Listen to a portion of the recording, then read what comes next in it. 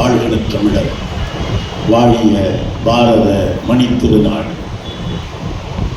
ஒரு அற்புதமான அறிவே அழகு, அறமே அதிகாரம் என்கிற தலைப்பில் தன்னுடைய அரசு பணி அனுபவங்களையும் அறிவொளி இயக்க அனுபவங்களையும் இணைத்து ஏன் அறிவை நாம் கைக்கொள்ள வேண்டும், எப்படி நம் வாழ்வுக்கு அறம் அடித்தளமாக இருக்க வேண்டும் என்று ஒரு ஆற்றல் மிக்க உரையை நிகழ்த்திவிட்டு அமர்ந்திருக்கிற மாவட்ட கருவூலர் அலுவலர் உள்ளிட்ட பணிகளையும் அறிவொளி இயக்கம் உள்ளிட்ட மிகச்சிறந்த தொண்டையும் ஆற்றி இங்கே ஒரு நல்ல உரையும் ஆற்றியிருக்கிற பேரன்புக்குரிய எழுத்தாளர் தோழர் முத்துச்சிருப்பன் அவர்களே, இதை பெறுவதற்கே ஒரு போராட்டத்தை நம்முடைய மாவட்ட நிர்வாகம் நடத்த வேண்டி இருந்தது என்று ஐயா முத்துச்சிருப்பன் அவர்கள் குறிப்பிட்டார்கள். இந்த வேலூர் கோட்டை என்பது ஏராளமான சரித்திர நிகழ்வுகளை தனக்குள்ளே பொதித்து வைத்திருக்கிற ஒரு இடம். வரலாற்றை நாம் சரியாக எழுத வேண்டிய நேரத்திலே இருக்கிறோம். நாம் பள்ளிக்கூடத்தில் படிக்கிற பொழுது கூட வேலூரிலே நடந்தது சிப்பாய் கழகம் என்றுதான் இன்றைக்கும் எழுதி சொல்லிக் கொடுத்துக் கொண்டிருக்கிறார். ஆனால் எங்கேயோ இங்கிலாந்திலே இருந்த மார்க்சுக்கு இதை கேள்விப்பட்டு இதுதான் இந்தியாவினுடைய முதல் சுதந்திர போரின் ஆதி விதை விதைக்கப்பட்ட இடம் இந்த வேலூர் மண் தான். இந்தியாவிலே முதலாக கிழக்கிந்திய கம்பெனிக்கு எதிராக ஒரு மிகப்பெரிய எழுச்சியை, புரட்சியை, கிளர்ச்சியை நடத்திய இந்த வேலூர் உண்மையிலேயே விடுதலை போராட்ட வரலாறை எழுத துவங்குகிற யாரும் எங்கிருந்து துவங்க வேண்டும் என்றால் வேலூரிலே இருந்துதான் துவங்க வேண்டும். அப்படிப்பட்ட ஒரு வீரம் செறிந்த மண்ணுக்கு என்னுடைய வணக்கத்தை நான் தெரிவித்துக் கொள்கிறேன். அன்றைக்கு அந்நிய ஏகாதிபத்தியத்திற்கு எதிராக ஒரு மிகப்பெரிய போராட்டம். அடுத்தபடியாக வேலூர் என்றாலே நினைவுக்கு வருவது அந்தமான் சிறைக்கு அடுத்தபடியாக மிக கொடூரமான சிறை இருக்கிற இடம் வேலூர். எந்த ஊர்ல இருந்தாலும் சொல்லுவோம், ஏன் வேலூருக்கு போனது முடிவு பண்ணிட்டியா? வேலூர்ல எவ்வளவோ இருக்கு. ஆனா வேலூர்னால ஜெயில்னு முடிவு பண்ணிட்டாங்க. அப்படி இந்த ஜெயிலும் இங்கேதான் இருக்கு. விடுதலை போராட்ட காலத்துல எத்தனையோ பெரியவங்க, மகத்தான போராளிகள் இந்த வேலூர் சிறையிலே அடைக்கப்பட்டிருக்கிறார்கள். நான் உண்மையிலேயே இந்த மாவட்ட ஆட்சியர் எனக்கு இந்த அழைப்புதலை பார்க்கிற பொழுது என்ன ஒரு மகிழ்ச்சின்னா, முதல் பக்கத்துல நம்முடைய மாவட்ட ஆட்சியர் மரியாதைக்குரிய திருமதி சுப்புலட்சுமி அப்படின்னு போட்டிருக்கு. மாவட்ட வருவாய் அலுவலர் அப்படின்னு பார்த்தீங்கன்னா மாலதி அப்படின்னு போட்டிருக்கு. ஒவ்வொரு பக்கத்திலேயே அநேகமாக உயர் பதவியில் ஒரு பெண் இருக்கிறார். தமிழ்நாடு என்ன கிழித்தது என்று கேட்பவர்களுக்கு நான் மிக தன்னடக்கமாக சொல்லுவேன், அரசின் அடுப்புதும் பெண்களுக்கு படிப்பதற்கு என்று கேட்ட காலத்திலே அரசு உயர் பதவிகளிலே அதிகாரத்தின் மையங்களிலே பெண்களை அமர்த்தி அழகு பார்ப்பதுதான் உண்மையிலேயே தமிழ்நாடு சாதித்தது என்பதை நம்மால் தன்னடக்கமாக சொல்ல முடியும். அந்த வகையிலே சிறைக்கு பேர் போன வேலூரை புத்தகம் என்கிற சிறைக்குள்ளே கொண்டு வந்து அவர்களை ஒரு விடுதலை பெற வைப்பதற்காக இந்த அருமையான புத்தக திருவிழாவை முன்னின்று ஏற்பாடு செய்த மாவட்ட ஆட்சியருக்கும் அவருக்கு துணை நின்ற அனைத்து அலுவலர்களுக்கும் என்னுடைய வணக்கத்தை நான் முதலிலே தெரிவித்துக் கொள்கிறேன். புத்தகம் எனும் போதி மரம் என்று நான் ஒரு தலைப்பு கொடுத்திருக்கிறேன். இங்கே கொஞ்சம் கூட்டம் குறைவாக இருக்கிறதே என்று ஐயா கூட கேட்டாங்க. எல்லா ஊர்லையும் இப்படித்தானா, இந்த ஊர்ல தான் அப்படின்னு. ஒரு விடுமுறை காலம், அதில் நம்ம கூட்டம் குறைவாக இருந்தால் பரவாயில்ல, அங்கே கும்பல் அதிகமாக இருந்தால் தான் பிரச்சனை. ஒரு புத்தகம் என்ன செய்யும்னா ஒரு கும்பலை கூட்டமாக மாற்றும். கட்டுப்பாடு உள்ள, ஒழுக்கம் உள்ள, கண்ணியமான கும்பலை கூட்டமாக மாற்றும் புத்தகம். எனவே கூட்டம் குறைவாக இருப்பதல்ல பிரச்சனை, கும்பலால் பிரச்சனை ஏற்பட்டு விடக்கூடாது. அதுவும் நான் பேசுகிற பொழுதே ஆம்புலன்ஸ் அருகிலே நிற்கிறது.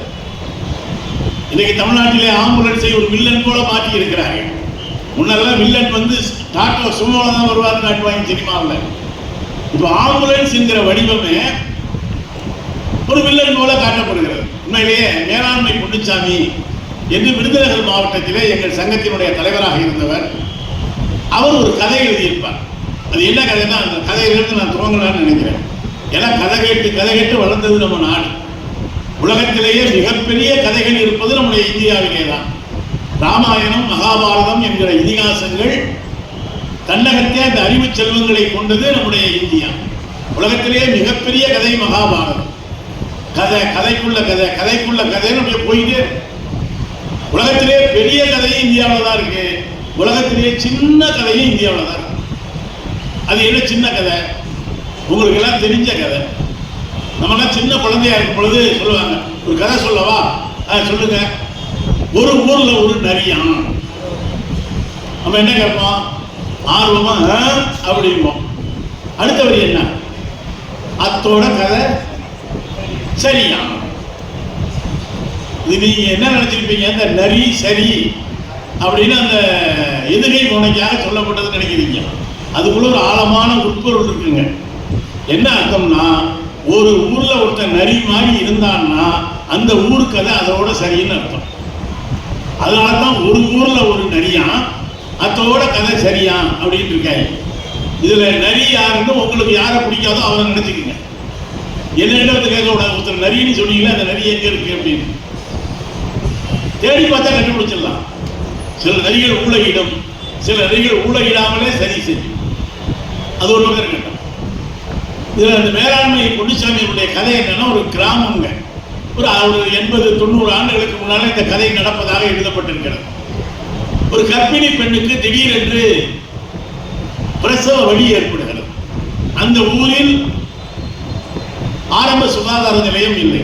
வேலூர்ல இருக்கிற சிறை மட்டும் இல்லைங்க, உண்மையிலேயே இங்க இருக்கக்கூடிய கிறிஸ்துவ மருத்துவ கல்லூரியும் கையெடுத்து வணங்க வேண்டிய ஒரு அற்புதமான இடம். ஏனென்றால் அன்றைய தேதியில் இன்னைக்கும் கூட தமிழ்நாட்டில் எந்த பகுதியிலும் கைவிடப்பட்ட பல நோயாளிகளை ஒருவேளை வேலூருக்கு கொண்டு போறீங்களேன், நல்லா யோசிச்சு பாருங்களேன்.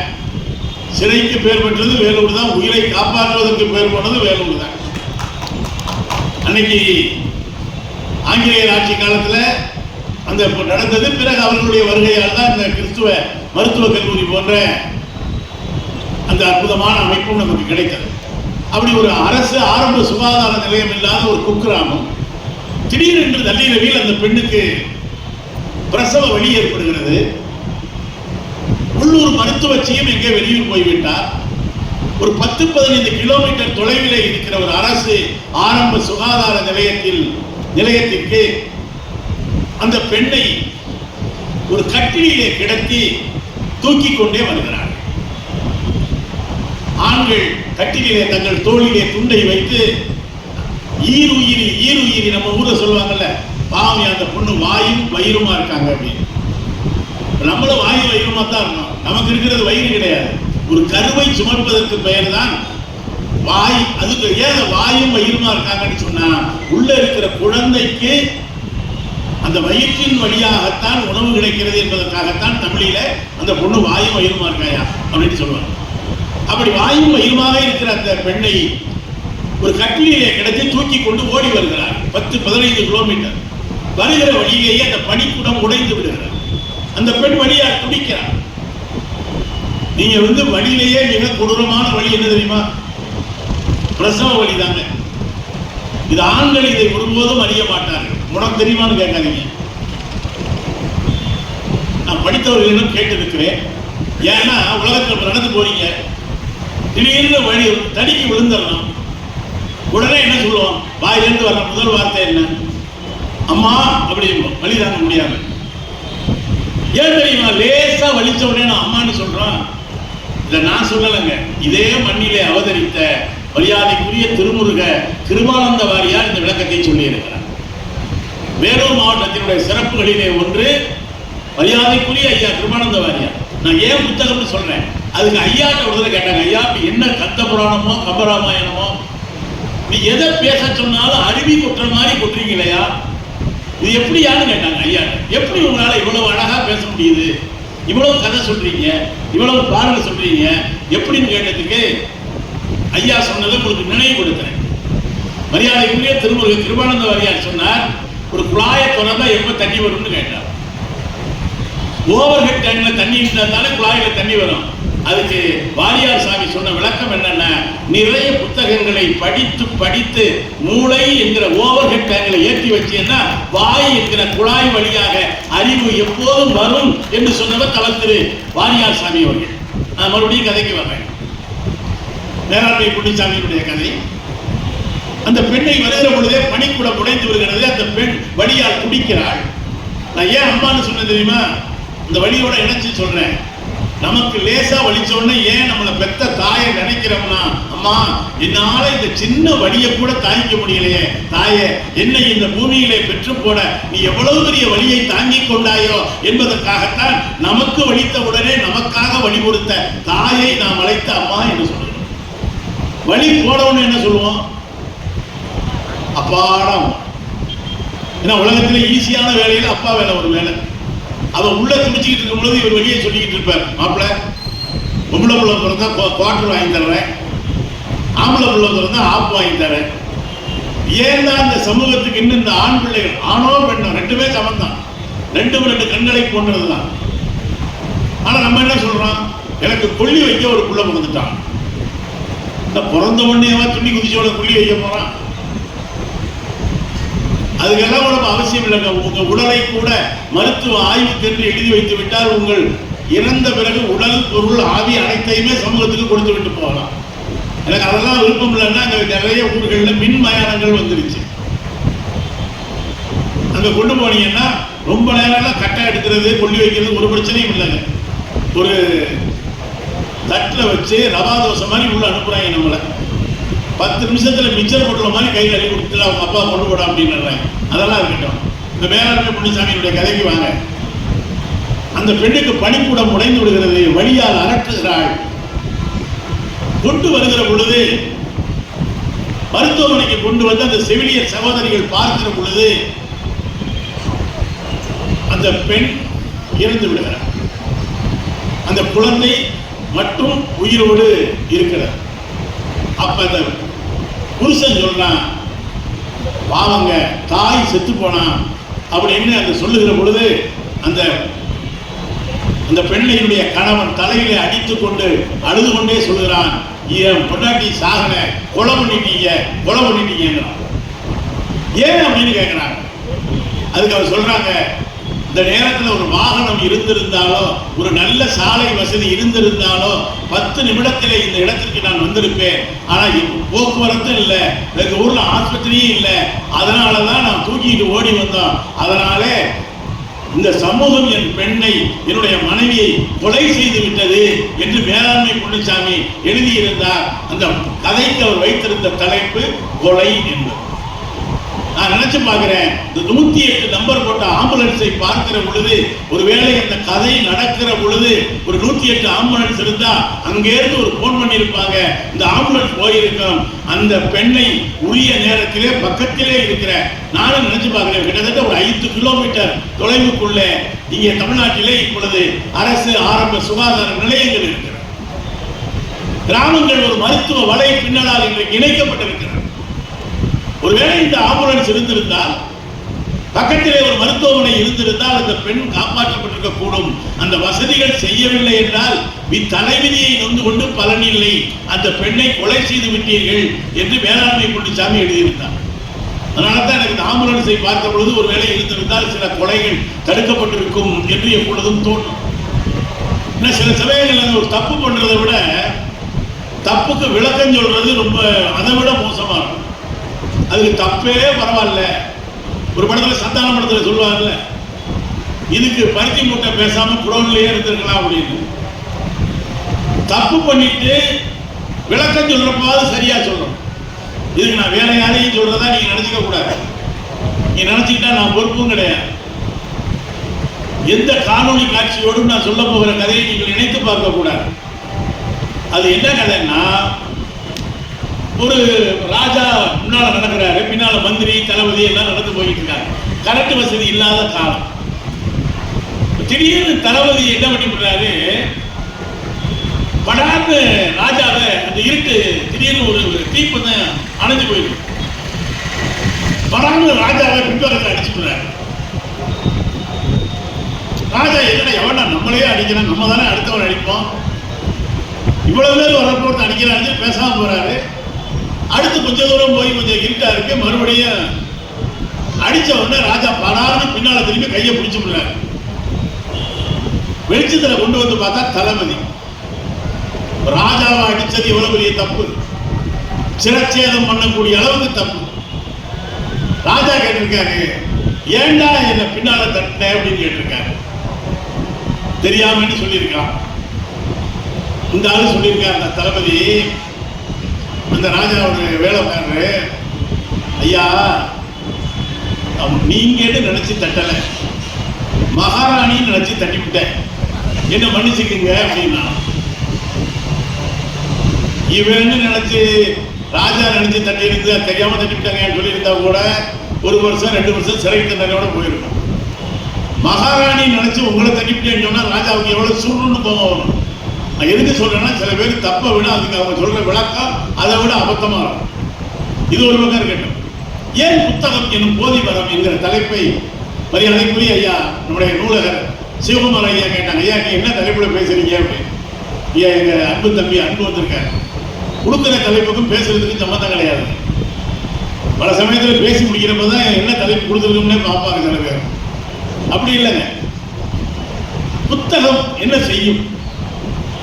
இங்க அருமையா சொன்னார், நம்முடைய அரசமைப்பு சட்டம் உலகத்திலேயே கையால் எழுதப்பட்ட மிக நீண்ட நெடிய அரசியல் சட்டம் நமக்கு சொந்தமானது. அவர்கள் அற்புதமாக சொன்னார்கள். பாபா சாஹேப் அம்பேத்கர் அரசியல் சட்டத்தை அந்த அரசியல் நிர்ணய சபையிலே அறிமுகப்படுத்தி முடிக்கிற பொழுது சொன்னார், இன்றிலே இருந்து இந்தியாவிலே அனைவருக்கும் வாக்கு மதிப்பு ஒன்றாக இருக்கும். வாக்கு மதிப்பு ஒன்றாக இருக்கும். அது வரைக்கும் ஒரு முறைங்க பெண்களுக்கு முதல்ல ஓட்டுரிமை, அமெரிக்காங்கிறாங்கல்ல, அமெரிக்காவுக்கு முன்னாலேயே பெண்களுக்கு வாக்குரிமை கொடுத்த மிகப்பெரிய ஜனநாயக நாடு இந்தியா என்பதை மறந்து விடாதீர்கள்.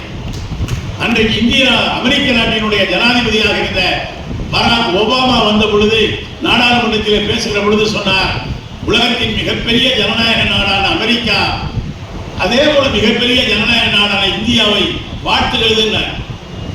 அப்போ துணை ஜனாதிபதி இருந்தார், மிகப்பெரிய உண்மையிலே அறிவாளி, அவர் கடைசி வரைக்கும் காணாமல் போகவே இல்லை. அந்த ஜனாதிபதியின் பெயர் KR நாராயணன். அவர் அப்போது துணை ஜனாதிபதியாக இருந்தார். அவர் பின்னால் நன்றியுரை சொல்றப்ப சொன்னாரு, இங்க ஒபாமா சொன்னாரு உலகத்தின் மிகப்பெரிய நாடு அமெரிக்கா அப்படின்னு. ஆனால் நான் சொல்லுவேன், உங்களை விட மிகப்பெரிய ஜனநாயக நாடு இந்தியா. ஏனென்றால் நீங்கள் பெண்களுக்கு வாக்குரிமை கொடுப்பதற்கு முன்னாலேயே அனைவருக்கும் வாக்குரிமை கொடுத்த மிகப்பெரிய ஜனநாயகத்தின் தொட்டில் இந்தியா என்று KR நாராயணன் சொன்னார். அது ஒரு பக்கம் இருக்கட்டும். ஏன் சொல்றேன்னா, பாபா சாஹேப் அம்பேத்கர் இந்த அரசியல் சட்டத்தை அறிமுகப்படுத்துகிறது சொன்னார். இன்று முதல் இந்தியாவிலே அனைவருக்கும் வாக்கு மதிப்பு ஒன்றாக இருக்கும். என்றைக்கு அனைவருடைய வாழ்க்கை மதிப்பும் ஒன்றாக இருக்கிறதோ அன்றைக்கு தான் இந்திய ஜனநாயகம் முதிர்ச்சி பெறும், முழுமை பெறும் என்று சொன்னார். இன்றைக்கு வாக்கு மதிப்பும் ஒன்றாக இல்லை, வாழ்க்கை மதிப்பும் ஒன்றாக இல்லை. நம்முடைய வாக்கு நம்மகிட்ட இருக்கா? என்ன கூட அழைத்து கொண்டு வந்தவர் அந்த தேர்தல் பிரிவினுடைய பொறுப்பாளராக இருக்கக்கூடிய வட்டாட்சியர். ஏன்னா இப்ப உங்க ஓட்டு உங்க பேர் இருக்கான்னு தயவு செய்து பார்த்துக்குங்க. எலக்ட்ரானிக் ஓட்டு வந்த பிறகு கொஞ்சம் கள்ள ஓட்டு குறைஞ்சிருக்குங்க. முன்னால எல்லாம் பாத்தீங்கன்னா ஒரு கணவர் வாக்குச்சாவடி வாசல்லையே நின்றாராம். என்னன்னு இடத்துக்கு ஏன் நிக்கிறேன் இல்லைங்க, என் பொண்டாட்டி செத்து போயிட்டா. ஆனா தேர்தலுக்கு தேர்தல் கரெக்டா சொர்க்கத்திலிருந்து ஓட்டு போட்டு போயிடுறான். நான் ஒரு நாள் கூட பார்த்தது இல்லை. இன்னைக்கு எப்படியும் வருவா, அவளை பார்த்து 2 வார்த்தை பேசிக்கலாம்னு நிக்கிறேன். யாரோ அந்த அம்மா பேர்ல கள்ள ஓட்டு போட்டுக்கிட்டே இருக்கீங்க. அவர் பேர்ல இல்லைங்க. மரியாதைக்குரிய நடிகர் சிவாஜி கணேசன் எவ்வளவு பெரியவர், அவர் ஓட்டையே போட்டு போயிட்டாங்க. ஒரு தேர்தலில் அவர் ஓட்டு போடுறது கிளம்பி இருக்கிறார். நல்ல சாமியை கும்பிட்டு அந்த தேர்தலில் அவர் நிக்கல. அவரு நேரம் ஓட்டு போட போறாரு. அதிகாரி பார்த்துட்டு, ஐயா பேரு சிவாஜி கணேசையா, அந்த பேர் இல்லையா அப்படின்ட்டாங்க. அது பட்ட பேரு, ஐயோ VC கணேசையா அப்படின்ட்டாரு. உடனே பார்த்துட்டு, மன்னிச்சுங்க ஐயா, போச்சுக்க ஐயா. ஏன் தம்பி என்னாச்சு? யாரோ காலையில போட்டு போயிட்டாங்க, அவங்க ஓட்டு 8 மணிக்கு ஓட்டை போட்டாங்க. எப்படி அதுக்கு மேல எப்படி தருவதுன்னு தெரியல. அப்பதான் நடிகர் திலகம் ஒரு பஞ்சு டயலாக் சொன்னார். பாவிகளா, தேர்தல் இருந்துன்னா எனக்கும் ஓட்டு போட மாட்டேங்கிறாங்க, என்னையும் ஓட்டு போட விட மாட்டேங்கிறாங்க, என்ன போய் மிகப்பெரிய நடிகர் திலகம்ங்கிறாங்க. நான் கிடையாதுயா, யாரோ ஒருத்த காலையில 8 மணிக்கு என் பேரை சொல்லி நடிச்சு ஓட்டு கொண்டு போயிருக்கான் பத்தியா, அவன் தான் உண்மையிலேயே செவாலியே சிவாஜி.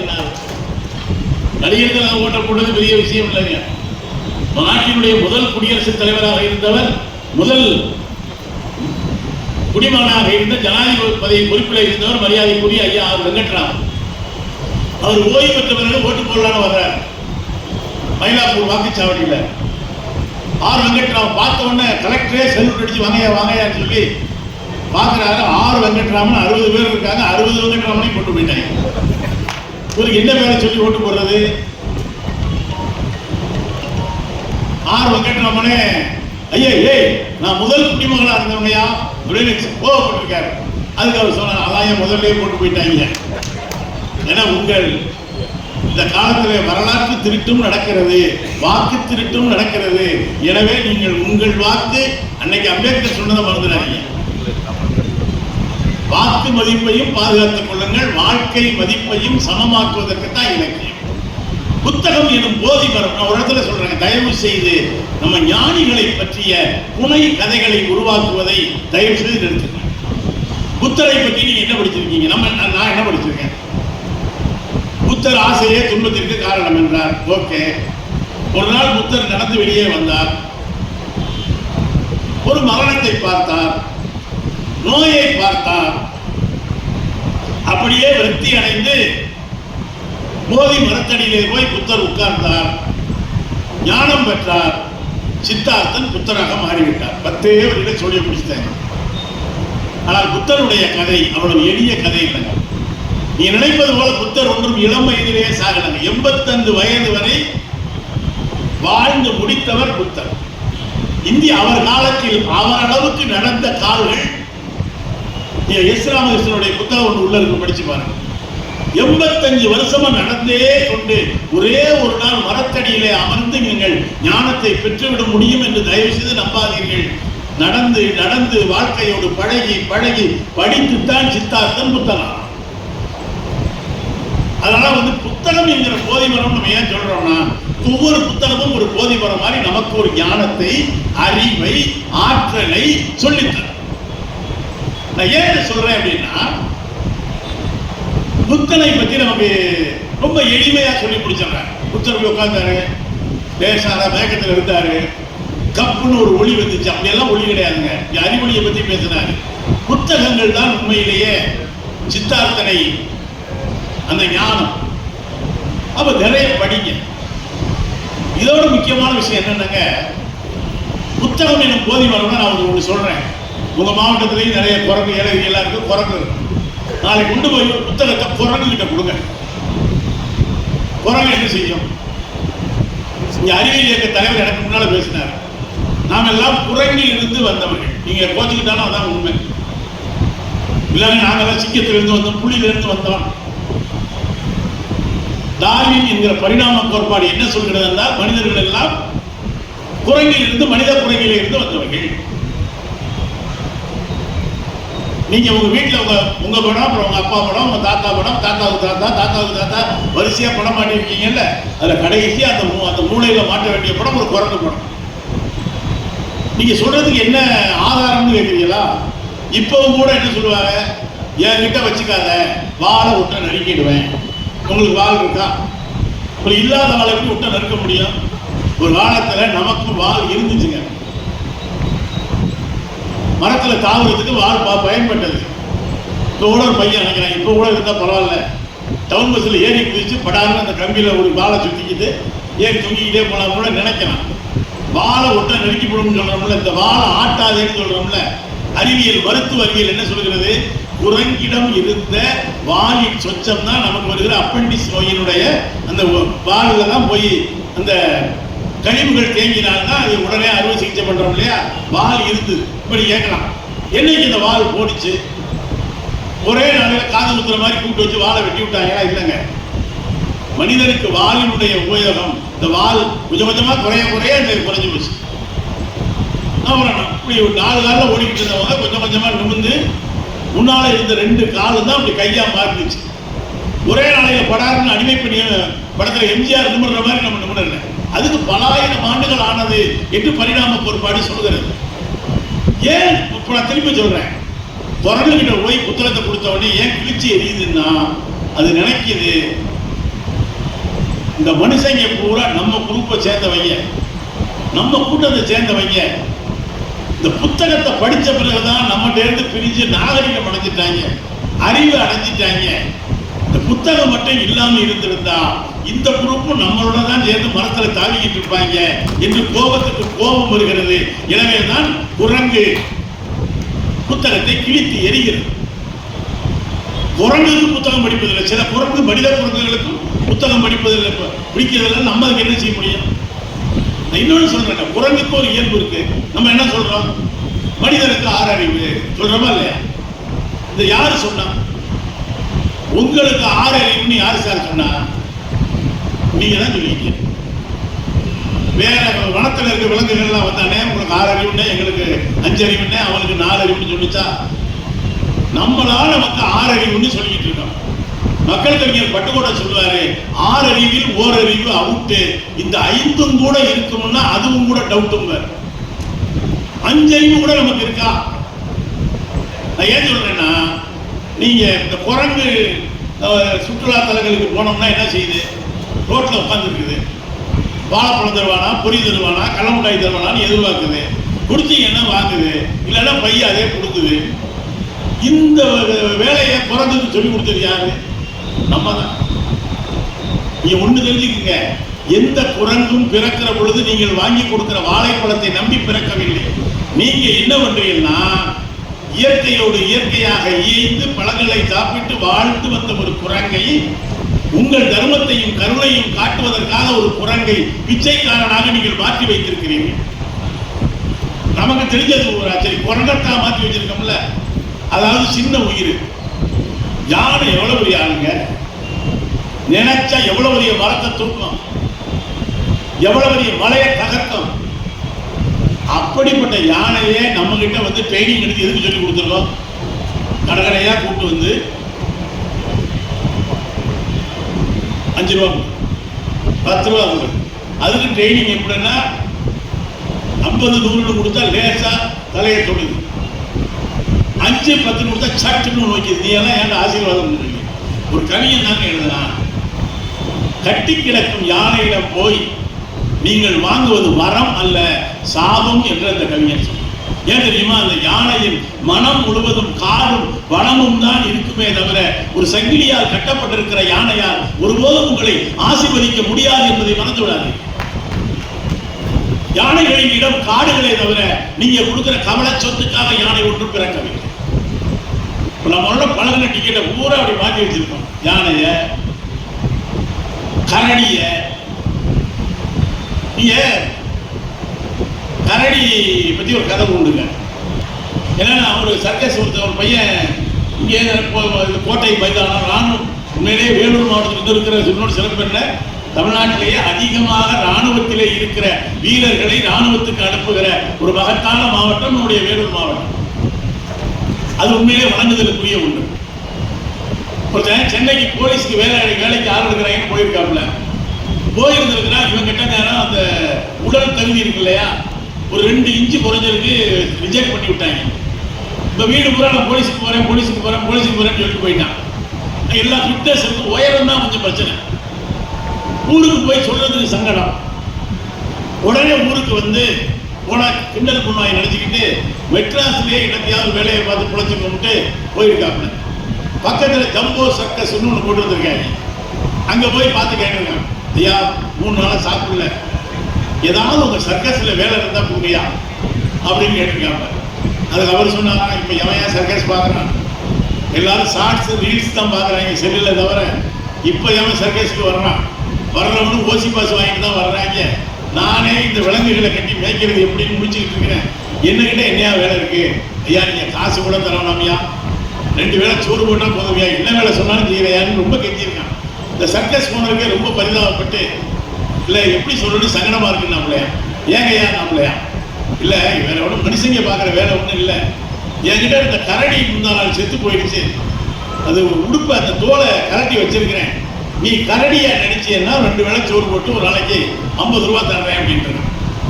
நம்மளால பாவம் பசி, சரிதான் சரின்னு ட்ரைனிங் எப்படி கரடி மாதிரி குதிக்கிறது, எப்படி கரடி மாதிரி ஆடுறதுலாம் ட்ரைனிங் கொடுத்து சாயந்தரம் லைட்டை போட்டு சர்க்கஸ் ஆரம்பிச்சிருச்சு.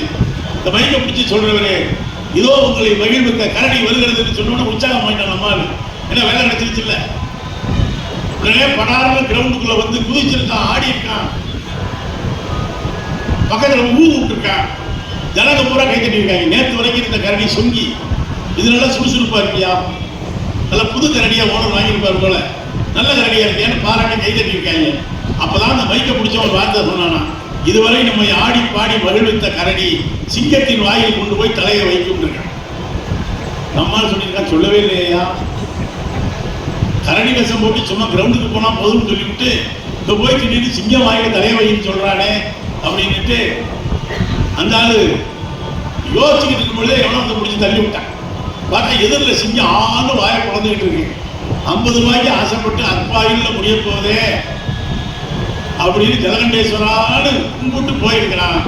சிங்கம் பேசியிருக்கு, கவலைப்படாத, நானும் மனுஷன் தான், நீ இன்னைக்கு அப்பாயின்மெண்ட், நான் முந்தா நாள் அப்பாயின்மெண்ட், நீ என்ன படிச்சிருக்கேன்னு கேட்டிருக்கு சிங்கம். கரடி சொல்லிட்டு நான் பிஏ படிச்சிருக்கேன், நான் எம்ஏ படிச்சிருக்கேன், அதனால தான் எனக்கு சிங்க வேஷம் கொஞ்சம் பெரிய பதவி. நீ பிஏ படிச்சதுனால உனக்கு கரடி வேஷம். இந்த மேலே ஓடுறாங்க ஒரு குரங்கு, அவங்க கூட +2 ஃபெயில் ஆனவங்க. அநேகமாக அந்த இங்கே இருக்கிற எல்லா விலங்குகளுமே மனுஷங்க தான். நீ கவலைப்படாமல் இருந்துச்சான். இந்த கதை எதுக்கு தெரியுமா, ஒரு வேலையின்மையினுடைய கொடுமையை சொல்றதுக்காக இருந்தது. நம்ம காஞ்சிபுரத்தை சேர்ந்த கவிஞர் நா. முத்துக்குமார் தான் சொன்னாரு, உங்க ஊர்லேயும் கோட்டை சுவர் இருக்கு. அவர் சொன்னாரு, உலகத்திலேயே மிக நீளமானது சீன பெருஞ்சுவர் அல்ல, வேலை இல்லாதவனுடைய பகல் பொழுது அப்படின்னாரு. நம்ம சும்மா இருந்தாலும் சும்மா சுத்தி கொஞ்சமா இருக்க மாட்டேன். அப்புறம் என்ன படிச்சிருக்கிய, எம்ஏ படிச்சிருக்கேன், அப்புறம் அடுத்து என்ன பண்ண போய், அவனே என்ன பண்ண போறது தெரியாம தான் சுத்திக்கிட்டு இருக்கேன். வெளியே இருக்கிறவன் கொடுக்கும். அடுத்தவனை நான் அவனோட சொல்றேங்க, நலம் விசாரிச்சா கூட அவன் நல்லா இருக்குன்னு நினைச்சு நலம் விசாரிக்க இல்லையா. சில பேர் நல்லா இருக்கங்களான்னு கேட்கறதே இன்னும் சாகலையா அப்படிங்கிறதுக்காக தான் கேட்பாங்க. ஒருத்தரை பார்க்குறீங்கன்னு வைங்க, நான் எல்லாரும் பொதுவாக சொல்லி வைக்கிறேன், பார்த்தவனே கலங்கையா, இப்போ முகத்தில் ஒரு தெளிவு இருக்கியா அப்படி சொல்லி பழகுங்க. அதை விட்டுட்டு என்ன கொஞ்சம் மெலிஞ்ச மாதிரி இருக்கிய, என்ன கொஞ்சம் ஊதுன மாதிரி இருக்கிய, ஏதாவது நடந்தாலும் ஆகும். ஒன்று மெலியுவான், ஆமாங்க கொஞ்சம் மெலிசாயிட்டேன்னா சக்கரை ஓவரோ, நீ என்ன பெரிய டயபெட்டிக் ஸ்பெஷலிஸ்டா, கொஞ்சம் குண்டாயிட்டா கொழுப்பு அதிகமோ, பார்த்தா ரொம்ப நல்லா இருக்கீங்க பார்த்துக்குங்க. இது எதுக்கு தெரியுமா, இன்னும் இருக்கானேங்கிற கடுப்பில் விசாரிக்கிறது. என்ன கூட சிலர் பார்த்தோன்னே கேட்பாங்க, ஐயா நீங்க மதுக்குறாமணிங்க தானே, நமக்கு ஒரு திடீர்னு ஜிப்புன்னு பறக்கும், ஆஹா நம்மளையும் வேலூர் ஒருத்தர் கண்டுபிடிச்சிட்டாருன்னு. ஆமாங்க ஒன்று, ஏன் இப்பெல்லாம் நீங்க பேசுறது இல்லை, ஏன் தெரியுமா, நான் பேசக்கூடாதுன்றது நம்மளோட எண்ணம். இப்படி நல்லா விசாரிப்பாங்கன்னு வைங்க, அது ஒரு பக்கம் இருக்கட்டும். ஏன் சொல்றேன் அப்படின்னா, வீட்டில் வேலை இல்லாமல் இருந்தோம்னு வைங்களேன், காலையில் 4 மணிக்கு எந்திரிச்சு வெளியே போனா வீட்டில் இருந்தவங்க என்ன சொல்லுவாங்க, என்ன பெரிய கலெக்டர் வேலைக்கு போகிறேன், 4 மணிக்கு எந்திரிச்சு குடிச்சிட்டு வெளியே போகிறேன், வெட்டி பையன் வீட்டில் இருந்தாங்க. சரி திட்டுறாங்களேன்னு வீட்டில் இருந்தா, ஏன் இப்படி அடக்கோழி மாதிரி வீட்டில் இருக்க, வெளியே போனா ஏன் கோயில் மாடு மாதிரி வெளியே சுத்துறேங்கிறாங்க, இங்கே இருந்தா ஏன் அடக்கோழி மாதிரி வீட்டில் இருக்கேங்கிறாங்க. என்னதான்டா செய்வோம் அந்த வேலை இல்லாதவன். அது பார்த்தா இப்போ கிடைக்கிற வேலையும் ஒன்றும் சிக்கலான வேலையா இருக்கு. அன்னைக்கு ஒரு பையனுக்கு பொண்ணு பார்க்க போயிருக்காங்க, ஐயா எங்கே வேலை பார்க்குறாரு, ஐயா கவர்மெண்ட் ஆஃபீஸுங்க அப்படின்ட்டாங்க. அவங்க உஷாராயிட்டாங்க, சரி கவர்மெண்ட் ஆஃபீஸ்னா சரி பர்மனண்டா டெம்பரவரியான்னு கேட்டிருக்காங்க. அது அடுத்த கேள்வி தெளிவாக கேட்டிருக்காங்க. அதுக்கு இப்போ தெளிவாக சொல்லியிருக்கான், பர்மனண்டாவே டெம்பரவரி தான் இருக்கேன். அப்பா அவன் ஜென்மத்துக்கும் பர்மனண்ட் ஆக முடியாத ஒரு வேலையில சேர்ந்திருக்கான்னு தெரியுது. ஏன் சொல்றேன் நண்பர்களே, ஒரு புத்தகம் என்ன செய்யும், இங்க ஒரு அருமையான அதிக நேரத்தை எடுத்துக்க வரப்பல ஐயன் வள்ளுவனுடைய திருவுருவத்தை பறித்து இது வந்து வழக்கமான வள்ளுவர் கிடையாது இல்லையா? நம்ம அது வரைக்கும் வள்ளுவர் எப்படி பார்த்தா உட்கார்ந்துருப்பார். இது குமரிமுனையில முத்தமிழறிஞர் கலைஞர் அவர்கள் வைத்த வள்ளுவர் சிலை. இதனுடைய வெள்ளி விழா சமீபத்திலே நடந்தது. முதல்வர், துணை முதல்வர் உள்ளிட்ட பெருமக்கள் எல்லாம் வந்திருந்தார்கள். இந்த விழாவிலே பேசுகிற பொழுது நான் அப்படி இருந்து பேசுறேன். வள்ளுவருடைய சிலை அப்படியே வண்ணத்தில் ஜொலிக்குது. அப்பதான் நான் சொன்னேன், எங்கள் ஐயன் வள்ளுவருக்கு ஏதாவது ஒரு சாயத்தை பூசிவிட முடியுமா என்று தமிழ்நாட்டிலே சிலர் துடிக்கிறார்கள். ஆனால் எங்கள் ஐயன் வள்ளுவனுக்கு மீது உங்களால் விவசாயத்தை தவிர வேறு எந்த சாயத்தையும் பூசிவிட முடியாது என்று நான் சொன்னேன். ஏன் தெரியுமா? உலகத்தின் பல நூல்கள் உழுவது தவறு என்று சொன்ன பொழுது வள்ளுவன் தான் சொன்னான், உழுது உண்டு வாழ்வாரே வாழ்வார், மற்றெல்லாம் தொழுது உண்டு பின் செல்வார். வள்ளுவனிடம் கேட்டார்கள், துறவி பெரியவனா சாதாரண எளிய உழவன் பெரியவனா என்று கேட்டதற்கு சொன்னான், துறவியை விட சாதாரண எளிய உழவன் தான் பெரியவன். உண்மையா? சாமியார் தானே பெரியவர். ஒரு கோவணப்பட்ட விவசாயி எப்படா பெரியவர்னா வள்ளுவன் சொல்றேன், ஏய் சாமியார் என்னடா சாமியார், எவனாலும் சாமியார போகலாம்டா. உழவினார் கை மடங்கின் இல்லை, ஒரு உழவன் மட்டும் வேலை செய்ய மாட்டேன் என்று கையை மடக்கி கொண்டால் அந்த துறவியும் கூட உயிரோடு இருக்க முடியாது. எனவே துறவியையும் வாழ வைத்துக் கொண்டிருக்கிற உழவன் தான் உலகத்தில் பெரியவன் என்று ஓங்கி சொன்ன திருமறை தான் நம்முடைய திருக்குறள். இதுல உண்மையிலேயே நம்முடைய மாவட்ட நிர்வாகம் வள்ளுவருடைய சிலையை கொண்டது மட்டுமல்ல, முதல் குறளை என்ன என்ப ஏன எழுத்தென்ப இவை இரண்டும் கண் என்ப வாழும் உயிர்க்கு. எவ்வளவு அற்புதமான குறள் பாருங்க. வள்ளுவன் போய் கேட்டாங்க, எது கண் என்ன என் என்ப. இதுல கூட நீங்க நல்லா யோசிங்க, கொஞ்சம் அறிவார்ந்த பெருமக்கள் இருக்கீங்க. இந்த உலகம் டிஜிட்டல் உலகமாக மாறிவிட்டது இல்லையா? எழுத்தை விட எண் தான் முக்கியம். இன்னைக்கு கம்ப்யூட்டர் ஆகட்டும், டிஜிட்டல் ஆகட்டும், ஏஐ ஆகட்டும், செயற்கை தொழில்நுட்பம் எல்லாம் எண்ணை அடிப்படையாக வைத்தே இயங்குகிறது. 2025 எண் தான் உலகத்தை ஆளப்போகிறது என்று உங்கள் அறிவியல் சொல்வதற்கு முன்னாலேயே 2000 ஆண்டுகளுக்கு முன்னாலேயே எழுத்துக்கு முன்னாலே எண்ணை வைத்தானே வள்ளுவன். எண் என்ப ஏழை எழுத்தென்ப இவை இரண்டும் கண் என்ப வாழும் உயிர்க்கணும். இந்த வாழும் உயிர்க்குங்கிறது தாங்க அதுல வார்த்தையே. வள்ளுவன் போய் கேட்டாங்க, படிக்கிறீங்களா சாமி, எவ்வளவு நாள்னா படிக்கணும்னு கேட்டாங்க. இப்போ கூட ஒரு பையனை பார்த்து கேளுங்க, தம்பி என்ன பண்ற? படிச்சு முடிச்சுட்டு சும்மா தான் இருக்கேன். என்னடா படிச்சானா +2 படிச்சிருக்கேன். அதே என்னமோ பெரிய PhD பண்ண மாதிரி படிச்சு முடிச்சுட்டேங்கிறான். ஆனா வள்ளுவனை போய் கேட்டாங்க, எவ்வளவு நாள் நான் படிக்கணும்னு. வள்ளுவன் சொன்னா, ரொம்ப ஈஸியா தம்பி, ரொம்ப நாள் தான் படிக்க வேண்டாம், அப்புறம் உயிரோட இருக்க வரைக்கும் படிச்சா போதும். உயிரோட இருக்க வரைக்கும் வாழும் உயிர்க்குன்னு சொன்னா பாருங்க, வாழும் உயிர்க்கு. நீ உயிரோட இருக்க வரைக்கும் படி, அதுக்கப்புறம் உலகம் உன்னை பத்தி படிக்கும். அதுக்கு எதிர்மா குறள், தக்கார் தகவலர் என்பது அவர் எச்சத்தால் வாழப்படும். நாம் எப்படி வாழ்ந்தோம் என்பதை நாம் செத்த பிறகு உலகம் சொல்லும். நல்ல வேண்டாம் அறிவாளி சொன்னா நல்ல வாழ்க்கை வாழ்ந்திருக்கேன்னு அர்த்தம். நல்ல வேணா அயோக்கிய போய் இப்போ செத்தானே அப்படின்னு நீ சொன்ன யாராவது சொன்னான்னா அதான் நீ உலகத்துக்கு விட்டு போன பேருன்னு அர்த்தம். வாழ்ற வரைக்கும் நீ படி, வாழ்ந்து முடித்த பிறகு உன்னை பத்தி உலகம் படிக்கும். எழுத்தாளர் ஜெயகாந்தன் சொல்லுவாரு, இங்க பல பேர் செத்தது தெரியாமலே சுத்திக்கிட்டு இருக்காம. உயிரோடு இருப்பது என்பது இயங்குவதல்லங்க. அடுத்தவன் மீது கருணை இருக்கா, அன்பு இருக்கா, தொடர் சொன்னது போல அறம் இருக்கா, அடுத்த உயிர்க்காக இறங்குகிறோமா என்பதை வைத்துத்தான் ஒருவன் உயிரோடு இருக்கிறானா செத்து போனானான்னு தெரியணும். அதுதான் ஜெயகாந்தன் சொல்றாரு, இங்க பல பேர் செத்தது தெரியாமலே சுத்திக்கிட்டு இருக்காங்க. இதுக்கு மூலம் என்ன தெரியுமா? வள்ளுவன் தான். என்ன குறள் அது? ஒத்தது அறிவான் உயிர் வாழ்வான் மற்றையான் செத்தார்கள் வைக்கப்படும். எவன் ஒருவன் இந்த உலகத்தை புரிந்து கொண்டு அதன்படி வாழ்கிறானோ அவனை மட்டும்தான் உயிர் வாழ்கிற கணக்கிலே வைக்க வேண்டும். மற்றவனை எல்லாம் மார்ச்சுவரி கணக்கில் எழுதுறான் நான் வள்ளுவன். மற்றையான் செத்தார்கள் வைக்கப்படும். அவன் உயிரோடு இருந்தாலும் செத்தவன் தாண்டா அப்படின்னு. உலகத்தில் எந்த மொழி, எந்த இலக்கியங்க இப்படி எல்லாம் பேசியிருக்கு? படிக்காதன்னு சொன்னாங்க. சில மொழி நம்மை படிக்காதே என்று, பெண்களை படிக்காதே என்று. எனக்கு ஏன் நம்முடைய மாவட்ட ஆட்சியர், மாவட்ட வருவாய் அலுவலர், மாவட்ட திட்ட அலுவலர் இவ்வளவு பெண்கள் இருக்காங்க அப்படின்னா, சில மொழியையே பெண்கள் படிக்கக்கூடாது என்று தடை விதிக்கப்பட்ட மொழிகள் உண்டு.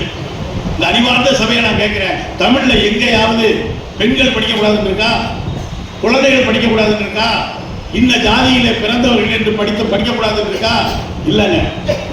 எல்லாரும் படின்னு சொன்னதாலதாங்க தமிழ் இன்று வரை உயிரோடு இருக்கிறது. மறந்துடாதீங்க, என்ன படிக்காதேன்னு சொன்ன மொழியெல்லாம் செத்து போச்சு. எல்லாரும் படிக்க வாங்கன்னு கூப்பிட்ட தமிழ் மொழி இன்றைக்கு வரைக்கும் உலகத்தில் உயிரோடு இருக்கிறது. இந்த வேலூர் மாவட்டத்துக்கு நிறைய சரித்திர பெருமை உண்டு. மதுரைக்கு பக்கத்தில் கீழடின்னு ஒரு ஊருங்க. இங்க பக்கம் வேலூர்காரங்க யாராவது சுற்றுலா வந்தீங்கன்னா, மீனாட்சி அம்மன் கோயில், திருப்பரங்குன்றம், அழகர் கோயில் போயிட்டு அப்படியே கொஞ்சம் காலடியை கொண்டு போய் கீழடியிலையும் வச்சுட்டு வாங்க. ஏன் தெரியுமா? இங்க நிறைய பானை ஓடுகள் கிடைக்குதுங்க. அந்த ஒரு பானை ஓடு கூட பிளைன் அல்ல. இப்ப நம்ம பயன்படுத்துற உங்க மாவட்டம் மண்பாட்ட தொழிலுக்கும் பேர் போன மாவட்டம். இப்ப நம்ம வச்சிருக்கோம்ல வீட்டுல பானை, இப்ப நம்ம வீட்டுல பானை வச்சிருக்கோமான்னு கேக்குறீங்களா? எங்க சங்க தலைவர் வெங்கடேசன் தான் ஒரு தடவை கேட்டார், என் தங்கையின் கோடை காலம் முழுவதையும் பிளாஸ்டிக் குடங்களே தின்று தீர்த்து விட்டன. பல இளம் பிள்ளைகளுக்கு கோடை காலம் முழுவதும் வீட்டுக்கு பிளாஸ்டிக் குடத்திலே தண்ணீர் எடுத்தே செத்து போகிறார். ஆனா கீழடியில 2500 வருஷத்துக்கு முன்னால பானை ஓடுகள் கிடைக்கிறது. ஒரு பானை ஓடு கூட பிளைனா இல்லைங்க. அதுல பூ படம் போட்டிருக்கு, அன்னம் படம் போட்டிருக்கு, மயில் படம் போட்டிருக்கு. தண்ணி தூக்குகிற ஒரு பானையை கூட ஒரு கலை வடிவமாக பார்த்த இனம் தமிழ் இனம். இதை விட பெரிய சிறப்பு என்ன தெரியுமா? இந்த பானையில பேர் எழுதியிருக்குங்க, கோதை, பேச்சி. இப்ப பாத்தீங்கன்னா தமிழ்நாட்டில் ஒரு சிறப்பு என்னன்னா, நிறைய பிள்ளைகளுக்கு ஆதன் அப்படின்னு பேர் வைக்கிறாங்க. அது கீழடியில பானையில கிடைச்ச பேருங்க. ஆதினி அப்படின்னு பேர் வைக்கிறாங்க, ஆதிரை அப்படின்னு பேர் வைக்கிறாங்க. அப்படி தன்னுடைய குழந்தைகளுக்கு நல்ல தூய பழம் பெருமை வாய்ந்த தமிழ் பெயர்களை வைக்கிற எல்லோருக்கும் என்னுடைய வணக்கத்தை நான் தெரிவித்துக் கொள்கிறேன். ஏன் தெரியுமா? ஏன் தமிழ் தமிழ் இப்படி கதறாங்கன்னு நினைக்காதீங்க. உலகத்திலேயே ஒரு மொழியை இணைத்து பெயர் வைக்கிற ஒரே இனம் தமிழ் இனம் தான். இங்க தமிழ்ச்செல்வன் உண்டு, தமிழ்ச்செல்வி உண்டு, தமிழமுதன் உண்டு, தமிழ் இனியன் உண்டு. இங்கிலீஷ் இனியன் எங்கேயாவது கேள்விப்பட்டிருக்கீங்களா? மற்றவனுக்கெல்லாம் மொழி என்பது முகவரிங்க, நமக்கு அது உயிர் ஓட்டத்திலே உண்டு. நான் ஏன் சொல்றேன், பானையில ஏன் பெயர் எழுதப்பட்டிருக்கிறது என்று சொன்னால், 2500 வருஷத்துக்கு முன்னால கிடைத்த ஒரு பானையில பெயர் எழுதப்பட்டிருந்தா என்னங்க பெயர், என்ன பொருள்? பானை யார் பயன்படுத்தியிருப்பா? இன்னைக்கு பானை நம்ம சகோதரிகள் தான், அன்னைக்கு சகோதரிகள் தான். தான் பயன்படுத்துகிற பானையிலே ஒரு ஆதி தமிழச்சி தன் பெயரை எழுதி வைத்திருந்தால் 2500 ஆண்டுகளுக்கு முன்னாலேயே அந்த தமிழ் பெண்ணுக்கு, நம்முடைய ஆதி மூதாய்க்கு எழுத படிக்க தெரிந்திருக்கிறது என்று. அன்னைக்கு அறிவொளி இயக்கம் நடத்த தேவையில்லாத காலம் இருந்தது. இடையில தான் பெண்கள் படிக்கக்கூடாதுன்ட்டாங்க. சரி, இது நான் சொன்ன கீழடி வைகை கரை பக்கத்தில் தாமிரபரணி கரை. நீங்க பாலாறு புன்னாறு பக்கத்தில் குடியிருக்கீங்க. தென் தமிழ்நாட்டுக்கு போனீங்கன்னா தாமிரபரணி தமிழ்நாட்டினுடைய ஒரே ஜீவநதி, எப்பவும் தண்ணி இடத்துல லேசா. அதனுடைய கரையில ஆதிச்சநல்லூர், இந்தியாவிலேயே முதலாக அகழ்வாய்வு மேற்கொள்ளப்பட்ட இடம். அதுக்கு பக்கத்தில் சிவகலை அப்படின்னு ஒரு இடம் இருக்குங்க. அங்க போய் நம்முடைய ஆய்வு செஞ்சாங்க. தொல்பொருள் ஆய்வுத்துறையில ஒரு மிகப்பெரிய பானை கிடைத்ததுங்க. அது என்ன, முதுமக்கள் தாலின்னு சொல்லுவாங்க. அந்த காலத்துல இறந்து போனவங்களை அதுக்குள்ள தூக்கி வச்சு ஒரு நம்பிக்கை இருந்துச்சு. என்னன்னா, செத்த பிறகு இவன் ஆவியா இருப்பான், பசிக்கும், எனவே அவருக்கு பிடிச்சதை கூட அதுக்குள்ள வச்சு போட்ட புதைச்சிருவாங்க. இந்த முதுமக்கள் தாலி என்னன்னு கேட்டீங்கன்னா, இன்னைக்கு இருக்கிற ஃப்ரீசர் பெட்டி மாதிரி. நம்ம ஃப்ரீசர் பெட்டி அதிகபட்சம் ஒரு நாள் வீட்டில் வச்சுக்குவோம். பூமிக்குள்ள புதைக்கப்படுகிற ஃப்ரீசர் பெட்டி தான் அந்த முதுமக்கள் தாலி, பெரிய பானை. ஒரு கவிஞர் தாங்க எழுதினார், ஒரு பெண் தான் எழுதினார். எவ்வளவு பெரிய பணக்காரனா இருந்தாலும் ஃப்ரீசர் பெட்டிய வாடகைக்கு தான் எடுக்கணும். உண்மைதானே நான் சொல்றது? எவ்வளவு பெரிய பணக்காரனா இருந்தாலும் சாகரத்துக்கு முன்னாலேயே ஃப்ரீசரை வாங்கி வீட்டில் வைப்பாங்களா? எங்க வீட்டில் 5 பேர் இருக்கோம்னா 5 ஃப்ரீசர் பெட்டியை வாங்கி வீட்டில் வச்சுட்டோம்னா எவ்வளவு அந்த வீட்டுக்கு கொண்டு கொடுப்பானா? இல்லை, இவங்க பணம் தாண்டா இருக்காங்க அப்படின்னு. இதாங்க வாழ்க்கைன்னு அவன் அது ஒரு பக்கம் இருக்கட்டும். முதுமக்கள் தாயில ஒண்ணு கிடைச்சதுங்க. அதுக்குள்ள வச்ச மனுஷனை காணுங்க. மனுஷனோ மனுஷியா காணும். உள்ள ஒரே ஒரு நெல்மணி இருந்ததுங்க. நெல்மணி. அதை எடுத்து அமெரிக்காவினுடைய கலிபோர்னியா பல்கலைக்கழகத்திற்கு கரிம ஆய்வுக்கு அனுப்பினார்கள். இந்த நெல்லின் வயது என்னன்னு கண்டுபிடிக்க முடியுங்க. அனுப்பினால் அந்த ஆய்வு சொல்லுகிறது இந்த நெல்லுக்கு வயது 2600 வருஷம்னு சொல்லுதுங்க. நம்ம தமிழ்நாட்டில் தாமிரபரணி கரையில் கண்டெடுக்கப்பட்ட ஒரு நெல்லின் வயது என்றால் என்னுடைய அன்பிற்கினிய தமிழ் சொந்தங்களை நான் கேட்கிறேன், இம்மண்ணிலே கிடைத்த நெல்லுக்கே வயது 2500னா நீங்களும் நானும் பேசுகிற தமிழ் சொல்லுக்கு எத்தனை வயது என்று தயவு செய்து எண்ணிப்பார். நான் முன்னை பழமைக்கும் பின்னை புதுமைக்கும் தன்னை இணைத்துக் கொண்டு இங்க இந்தியாவுக்கு எத்தனையோ மதம் வந்திருக்குங்க. சில மதம் வந்தால் சில மொழி அழித்து போகும். தமிழுக்கு இருக்கிற சிறப்பு என்னன்னா இங்க சைவம் வந்த பொழுது தேவாரமும் திருவாசகமும் வந்தது. இங்க வைணவ மதம் வந்த பொழுது 4000 திவ்ய பிரபந்தங்களும் ஆண்டாளுடைய திருமொழியும் வந்தது. இங்க சமணம் வந்த பொழுது சிலப்பதிகாரம் வந்தது. பௌத்தம் வந்த பொழுது மணிமேகலை வந்தது. கிறிஸ்துவம் வந்த பொழுது தேம்பாவணியும் சதுரகராதியும் நிறைய பலன் கிடைத்தது. இஸ்லாமியம் வந்த பொழுது சீரா புராணம் வந்தது. எந்த மதம் தமிழ்நாட்டுக்கு வந்தாலும் அதனோடு இயைந்தும் இசைந்தும் இணைந்தும் தன்னை வளர்த்துக் கொள்கிற ஆற்றல் தமிழுக்கு இருக்கிற காரணத்தினால்தான் இன்றைக்கும் தமிழ் உயிரோடு இருக்கிறது. நான் ஒன்றை சொல்லி என் உரையை நிறைவு செய்வேன். இன்னைக்கு செப்டம்பர் 30ஆம் தேதி விடிஞ்சா அக்டோபர் 1. இது எங்களுக்கு தெரியாதப்ப இதை சொல்லாத மதுரையிலிருந்து கிளம்பி வந்தீங்கன்னு கேட்க. நான் இங்கே நின்று பார்க்குறேன், வெளியே வேலூரே பரபரப்பாக இருக்கு. ஏன்னா நாளைக்கு ஒரு முக்கியமான பண்டிகை ஆயுத பூஜை, சரஸ்வதி பூஜை. இதில் ஆயுத பூஜை என்று யாரையாவது ஒரு மெக்கானிக் கூட கேட்டால் கூட இல்லை 2 நாள் போட்டுங்க ஆயுத பூஜை முடியட்டுங்கிறேன். என்னன்னு கேட்டால் நான் வெளியே அடிக்கிறேன், என்னுடைய செட்டை நான் அநேகமாக எல்லாத்தையும் இந்த பழக்கம். ஏன்னா ஆயுதம் என்பதை போர்க்கருவியாக அல்லங்க, தமிழ் தான் தான் செய்கிற தொழில் கருவியைத்தான் ஆயுதம் என்று சொன்னது தமிழ். நீ மறந்துடாதீங்க. தமிழ்ல இறுதி எழுத்து என்ன? ஆயுத எழுத்து. அது என்ன குத்துற கத்தி மாதிரியா இருக்கு? ஆயுதம் தான் வாழ் மாதிரியா இருக்கு. நீங்க அந்த அக்குங்கிற அந்த ஆயுதத்துல எல்லாம் கவனிங்க, பழைய காலத்து மண் அடுப்பு மாதிரியே இருக்குங்க இல்லையா? பசி ஆற்றுகிற மொழிங்க தமிழ்.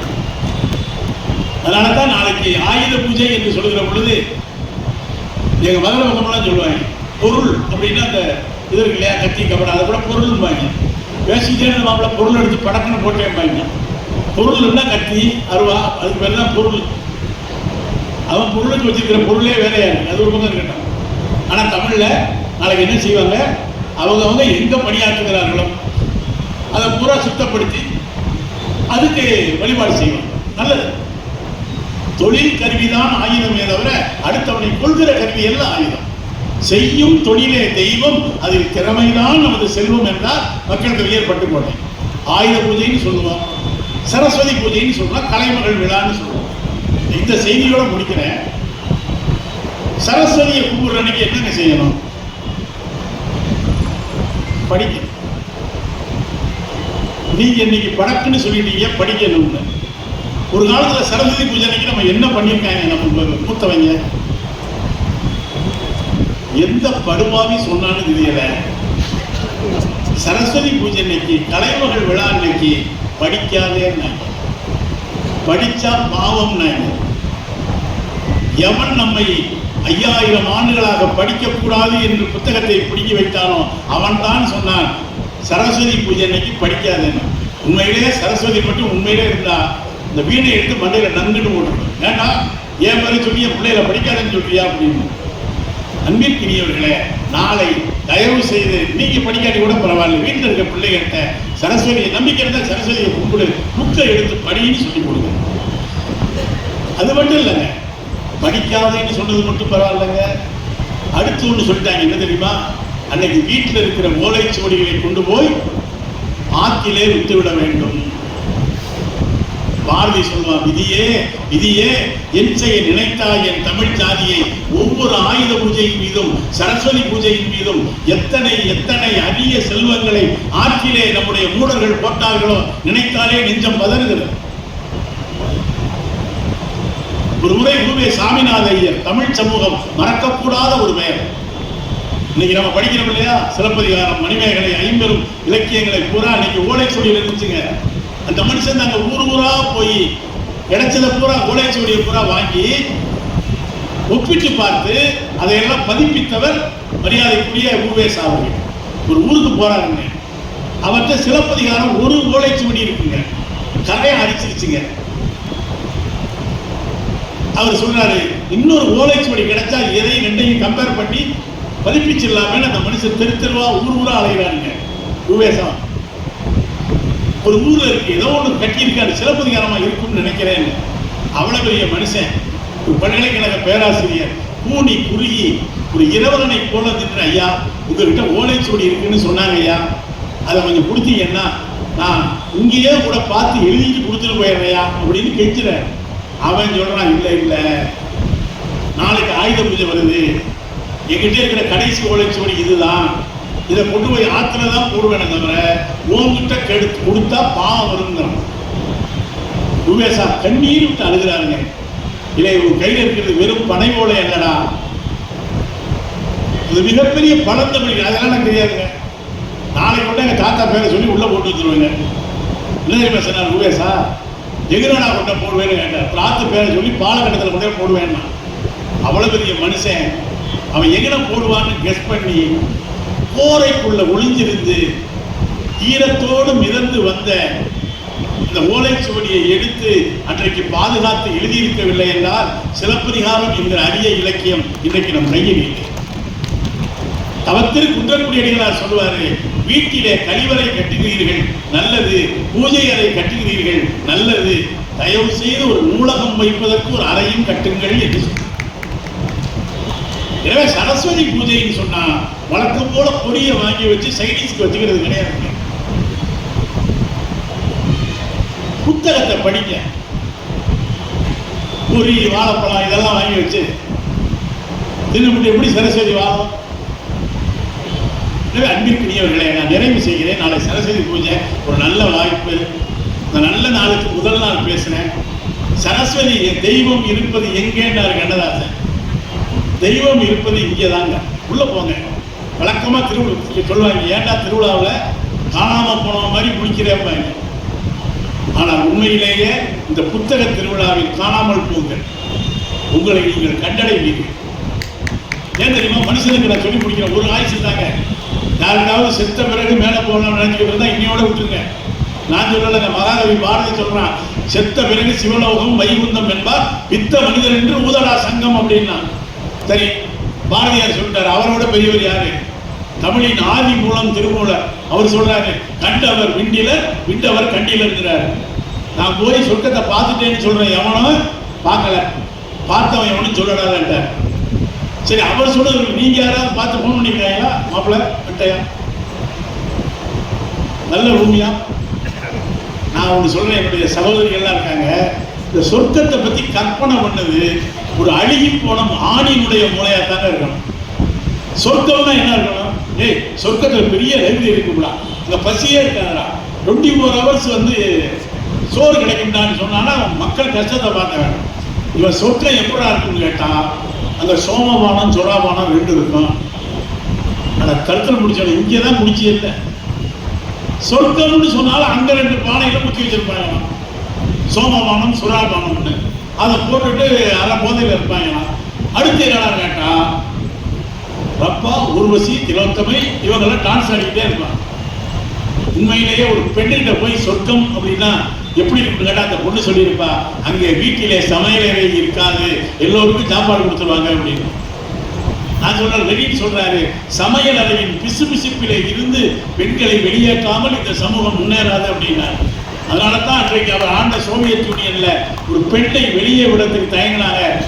முதலாக இந்த விண்வெளிக்கு பெண்ணை அனுப்பி பெருமை சேர்த்தது வேலண்டினா என்கிற பெண்ணை விண்வெளிக்கு அனுப்பியது அன்றைய லெனினுடைய நாடு. நான் மறுபடியும் ஏன் சொல்றேன் அப்படின்னா, சரஸ்வதி பூஜை அன்னைக்கு படிக்க சொர்க்கத்துக்கு போகலாம். இந்த எந்த சாமி சொன்னார்னா, ராமலிங்க சாமி சொன்னார் கூட சொல்லுங்க. ஏன் தெரியுமா, சொர்க்கம் நரகம் எல்லாம் மேல இல்லை, கீழே தாங்க. ஒரு ஆயுள் தாங்க உங்களுக்கு. நம்புங்க தயவு செய்து. 100 வயசு 150 வயசு கூட இருங்க. ஆனா அதை பத்தி என்னைக்கு இருந்தாலும் உறுதி. நான் சொல்லலைங்க. எல்லாரும் மனிதன் ஆரம்பமாவது பெண்ணுக்குள்ளே, அவன் ஆடி அடங்குவது மண்ணுக்குள்ளே, ஆராய்ந்து பார்மன கண்ணுக்குள்ளே, ஆத்திரம் கொள்ளாதே நெஞ்சுக்குள்ளே என்றாரு மக்கள் கவிஞர். கவிப்பேரரசு வைரமுத்து சொல்றாரு, மண்ணின் மீது மனிதனுக்கு ஆசை, மனிதன் மீது மண்ணுக்கு ஆசை, மண்தான் கடைசியில் ஜெயிக்கிறது, மனம்தான் உணர மறுக்கிறதுங்கிறார். என்ன சில பேர் சொல்றாங்க, வேலூர்ல 50 ஏக்கரை வாங்கிட்டேன், காட்பாடியில் 30 ஏக்கரை வாங்கிட்டேன், திருவண்ணாமலை பக்கத்துல 100 ஏக்கரை வாங்கிட்டேன், அங்க வாங்கிட்டேன், இங்க வாங்கிட்டேங்கிறான். பூமி சிரிக்குது, போட இச்சா மேல. நீ என்னடா என்ன வாங்குறது? உங்க தாத்தாவை வாங்கி நான் தான் உள்ள வச்சிருக்கேன், ஒப்பனையும் வாங்கி நான் தான் வச்சிருக்கேன். நாளைக்கு வாடி உன்னையும் நான் தான் வாங்கி உள்ள வைப்பன தவிர என்ன வாங்கி வைக்க ஒரு வயலும் துறக்கலனாகுது பூமி. இந்த நிலையாமை சிந்தனையை கொஞ்சமாவது மனசுல இருக்கணுங்க. எனவே சொர்க்கம் நரகம்னு செத்த பிறகு அங்க போகலாம்னு நினைக்காதீங்க. நீங்க போறது எனக்குள்ள ஆட்சேபம் இல்லை, எதை போறதை தடுக்கிறான்னு நினைக்காதீங்க. ஆனா நண்பர்களே, போனீங்கன்னா ஒரு தகவல் சொல்லுங்க. மனுஷனுக்கு ஒரு ஆய்வு தாங்க சொல்றதுனால எனக்கு மன்னிச்சுக்குங்க. அடுத்த பிறவி நீங்க போன பிறப்புல என்ன இருந்தீங்கன்னு கவலைப்படாதீங்க. அதெல்லாம் கவலையே படக்கூடாது. ஏன்னா உங்க ஊர் அது சொன்ன கதையை முடிச்சாங்க. வாரியார் சாமி ஒரு கதை சொன்னார். ஒரு பெரிய கலகக்காரன் ஏதாவது குடும்பத்தில் நல்லா இருந்தால் பிரிச்சு விட்டுருவாங்க. இந்த சாமி சொன்ன கதை, வாரியார் சாமி. ஒரு ஊர்ல ஒரு கணவன் மனைவி இருந்திருக்காங்க. ஒற்றுமைன்னா ஒற்றுமை, அவ்வளவு ஒற்றுமை. இவனுக்கு என்ன வேணும்னா, யாராவது அண்ணன் தம்பியோ புருஷன் பொண்டாட்டியோ பிள்ளைகளோ ஒத்துமையா இருந்தால் எப்படியாவது பிரிச்சுட்டு வந்துடுவான். அவன் ஊருக்கு வந்துடுவான், யாரா இருந்தாலும் பிரிச்சு விட்டுருவேன். சாமி வாரியார் சாமி சொன்ன கதை. டேய், எங்க ஊர்ல ஒரு புருஷன் அவங்களை பிரிக்க முடியுமா? யாரா இருந்தாலும் நான் பிரிப்பேன் இருக்கான். அதெல்லாம் பிரிக்கவே முடியாதுடா, அவ்வளவு ஒற்றுமை, நான் உயிரும் உடலுமா இருக்காங்கடா. சரிதான், அவர் கடை வச்சிருக்காரு. நேரம் மனைவிட்ட போயிருக்கான். என்னங்க எந்த கேட்டாலும் உங்க பெருமையை தான் சொல்றாங்க. அவ்வளவு ஒற்றுமையா அவங்க 2 பேரும். மேலே உங்களுக்கு கிடைச்ச புருஷன் தங்கமாக என்ன உடனே இந்த அம்மா சோத்தை போட்டிருக்கு. சொல்லியிருக்கான், பரவாயில்லைங்க, உங்க வீட்டுக்காரரு இப்ப இந்த பிறவியில நல்லா இருக்காருங்க, ஒரு பிரச்சனையும் கிடையாது. ஆனா போன பிறவியில உங்க வீட்டுக்காரரு உப்பு வியாபாரியா இருந்தாரு, மாட்டு வண்டியில உப்பை வச்சு ஊரா வித்தாரு. இந்த பிறவியில நல்லா இருக்காரு, ஒன்றும் பிரச்சனை இல்லைன்னு போயிட்டான். இந்த அம்மா ஒரு குழப்பம் வந்துச்சு. நம்ம புருஷன் உண்மையிலேயே போன பிறப்புல உப்பு வச்சிருப்பாங்க, எது வேணாலும் விற்கலாம், தப்பு கிடையாது. அங்க போய் அவர் வீட்டுல சொல்லியிருக்கா, இப்பதாங்க உங்க வீட்டுல மகராசி மகாலட்சுமியே உனக்கு மனைவியா வந்திருக்கையா, வயிறார சொல்லு போட்டாயா, இப்படி மனைவி கிடைக்க கொடுத்து வைக்கணும்யா அப்படின்னு பிறந்திருக்காப்ல. புருஷனே அப்படியா அப்படியான்னு பெருமையா கேட்டுடா. முடிக்கிறப்ப சொல்லியிருக்கான், இருந்து என்ன பண்றது, போன உறப்புல உங்க பொண்டாட்டி ஒரு நாயாக இருந்திருக்கு அப்படின்னு இருக்காப்ல. போன உறப்புல நாயா இருந்துச்சா, அதை எப்படி கண்டுபிடிக்கிறதுன்னு இருக்காங்க. ஒண்ணும் இல்லை, நீங்க தூங்கின பிறகு டெய்லி வந்து உங்க காலை நக்கிப்பா. உண்மையா பொய்யான்னு இன்னைக்கு ஒரு நாள் பிடிச்சிருந்து பார்த்துருங்கன்ட்டாப்ல. பொண்டாட்டிட்டு என்ன சொல்ல வந்திருக்கான், நீங்க போன பிறவையில் உப்பு உங்க வீட்டுக்காரர் உப்பு தோட்டு சொன்னவல்ல, அதுக்கு ஒரு உதாரணம் என்னன்னா, நைட்டு தூங்கும் பொழுது ஒரு நாளைக்கு ஒரு புறங்கால நக்கி பாருங்க, உப்பு கறிக்கும் இருக்காப்ல. அது வரைக்கும் நல்லா வாழ்ந்தவங்க போன பிறப்புல புருஷன் உப்பு வித்தான்னு அவன் நம்புறான், நாயாரதான்னு இவன் நம்புறான். நைட்டு ஒரு 12-12:30 மணிக்கு நீங்க ஒரு நாள் டெஸ்ட் பண்ணி தான் பார்த்துருவேன்னு சொல்லிட்டு புருஷங்கால லேசா நாக்க வச்சு அந்த பொண்ணு லேசா நக்கிருக்கா, அடச்சி நாயேன்னு ஓங்கி ஒரு எத்து விட்டுருக்கான். அடுத்த நாள் 2 பேரும் பஞ்சாயத்துல போய் பிரிஞ்சுட்டாங்க. இப்படி சில பேர் இருப்பாங்க. 4 பேர் நல்லா இருந்தா பிரிச்சுட்டு தான் வேலை பார்ப்பாங்க. அப்படித்தான் தமிழ்நாட்டிலேயே இப்ப பிரிச்சு விட்டுலாமான்னு நினைக்கிறாங்க. என்னடா இவங்க ஒரு சைஸா இருக்காங்க, ஜாதியை சொல்லி பிரிக்கலாமா, மதத்தை சொல்லி பிரிக்கலாமா? இந்த வேலூர் கோட்டையிலே எல்லாரும் இருக்கவங்க, எல்லாருக்குமான இடம் நம்முடைய மண். இது ஒரு பக்கம் இருக்கட்டும். நீங்க சாதாரணமாக ஒரு பிறவிதான் உள்ள போங்க. ஒரு டால்ஸ்டாய் புத்தகத்தை போரும் அமைதியை வாங்கினீங்கன்னா நீங்க டால்ஸ்டாயோட வாழ்ந்தீங்கன்னு அர்த்தம். திருக்குறள் வாங்கினீங்கன்னா திருவள்ளுவரோட வாழ்ந்தீங்கன்னு அர்த்தம். பிடல் காஸ்ட்ரோ புத்தகத்தை, வரலாறு என்னை விடுதலை செய்யும் என்கிற புத்தகத்தை வாங்கினால் நீங்கள் அவர் காலத்துக்கு காஸ்ட்ரோட போயிட்டீங்கன்னு அர்த்தம். பக்கத்திலே நானே நாத்திய நானே என்கிற பகத்சிங் புத்தகத்தை வாங்கினால் நீங்கள் பஞ்சாபிலே அவர் பக்கத்திலே இருக்கிறீர்கள் அர்த்தம். எப்படிப்பட்ட மாவீரர்கள்! ஒரு செய்தி சொல்றேங்க, பகத்சிங், ராஜகுரு, சுகதேவ் 3 பேரையும் தூக்கில் போடுவதற்கு யார முதல்ல தூக்கில போட்டு சீட்டு போட்டு பார்த்தாங்க. நான் தான் ஜாமீன் இப்படியா சண்டை போடுவாங்க. இந்த நாட்டு விடுதலைக்கு அப்படி போராடினவங்க. முதல் பேர் பகத்சிங் வருது, ஆஹா நான் பாக்கியசாலிங்களாம். அடுத்த பேர் ராஜகுரு பேர் வருது, அடுத்த பேர் சுகதேவ் வருது. பகத்சிங், ராஜகுரு, சுகதேவ் 3 அடுத்தடுத்து நிறுத்தி வைத்து ஒவ்வொருத்தரா தூக்கில போடுறாங்க. பகத்சிங்கை தூக்கிலே போடுகிற பொழுது ராஜகுரு அவர் இன்குலாப் அப்படிங்கிறாரு, இவர் ஜிந்தாபாத் அப்படிங்கிறாரு. அடுத்து ராஜகுருவை தூக்கில போடுறாரு. சுகதேவ் அவரு இன்குலாப் அப்படின்னு சொன்ன உடனே இவரு ஜிந்தாபாத்துங்கிறாரு. கடைசியா மிஞ்சினது சுகதேவ். பகத்சிங்குக்கு தூக்கில போடுறப்ப ராஜகுரு சொன்னான், ராஜகுருவை போடுகிற பொழுது சுகதேவ் சொன்னான். சுகதேவை தூக்கிலே போடுகிற பொழுது அவனும் இன்குலாப் சொல்வான், யார் ஜிந்தாபாத் என்று சொல்வாங்க. சுகதேவை தூக்கிலே மாட்டிவிட்டு திரும்ப சொல்ல ஆளில்லை என்றாலும் சுகதேவ் இன்குலாப் என்று சொன்னான். அவனுடைய தூக்கு கயிற்றை பிடித்து இழுக்கிற அந்த சிறை காவலன் ஜிந்தாபாத் என்று சொன்னான். மறந்துடாதீங்க, உள்ள போய் அந்த புத்தகத்தை வாங்கி படிச்சு பாருங்க. பகத்சிங்கினுடைய வீர வரலாற்றை படிங்க. அவன் மேல பெம்மா கொடுத்துட்டாங்க. ஏன்னா நீ எதுக்கு அவன் இன்குலாப் சொன்னா ஜிந்தாபாத்னு சொல்றீங்க. அவன் சொன்னான், எத்தனையோ பல 100 பேரை இந்த கைகளால் தூக்கிலே போட்டு இருக்கிறேன். இப்படி 3 இளைஞர்களை என் வாழ்வில் நான் ஒருபோதும் சந்தித்ததில்லை. ஜிந்தாபாத் என்று சொன்னதற்காக என்னை நீங்கள் டிஸ்மிஸ் பண்ணீங்கன்னா அதை விட எனக்கு பெருமை வேறு எதுவும் இல்லை என்று ஒரு சிறைக்காவலன் சொன்னான். நண்பர்களே, நீங்க 1000 ஆயுள் வாழ வேண்டும் என்றால் புத்தகத்தை படியுங்கள். புத்தகம் என்பது வெறும் காகிதம் அல்ல, நேற்றைய அனுபவம், நாளைய அறிவு. பாருங்கள், படிப்போம். இந்த சரஸ்வதி பூஜையை உண்மையிலேயே கலைமகள் திருவிழாவாக, புத்தக திருவிழாவாக மாற்றுவோம். மிகுந்த இடர்பாடுகளுக்கு இடையில் இந்த புத்தக திருவிழாவை ஒழுங்கு செய்திருக்கிற மாவட்ட ஆட்சியருக்கும் மாவட்ட அதிகாரிகள் அத்துணை பேருக்கும் இந்த பள்ளி பிள்ளைகள் நிறைய வந்து போகட்டும். புத்தக வாசனையை நம்முடைய பிள்ளைகளுக்கு அறிமுகப்படுத்துவோம். தமிழ்நாட்டின் வாசனையை அவர்கள் உலகத்திற்கு அறிமுகப்படுத்துவார்கள் என்கிற நம்பிக்கையோடு இந்த புத்தக திருவிழாவில் உங்களோடு இணைந்து ஒரு சில வார்த்தைகள் சொல்ல வாய்ப்பு கிடைத்த அத்துணை பேருக்கும் என்னுடைய அன்பையும் வாழ்த்தையும் சொல்லி என் வார்த்தைகளை நிறைவு செய்கிறேன். நன்றி.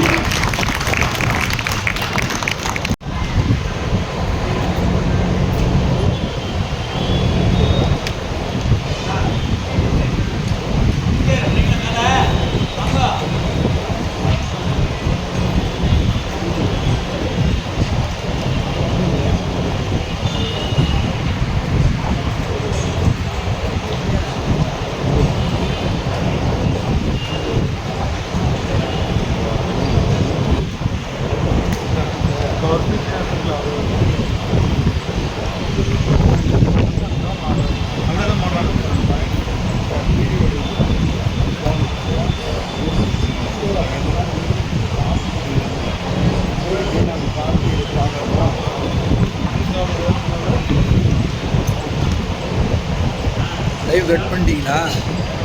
போயினேக்குதா கட் பண்ணால் அதில் போதும். பட்டு வேலை இது இல்லை, இது விட்டு நாங்கள் அங்கே போயிட்டு வரதுக்குள்ளே இங்கே நிகழ்ச்சி வந்து மாறிடும். அதனால தான் நான் உங்களை கேட்குறேன். எனக்கு கொடுக்கூடாதுன்னு சார், அவங்க சொன்னாதான் சார். அவன் கரெக்ட், அவங்ககிட்ட தப்புணும் இல்லை, அவங்ககிட்ட அப்படின்னு தான் சொல்லிட்டோம். சொல்லி சொல்ல போகிறேன் சார். அவங்க கூப்பிட்றீங்க. எவ்வளோ நிகழ்ச்சி போடுறோம், எவ்வளோ சார், எவ்வளோ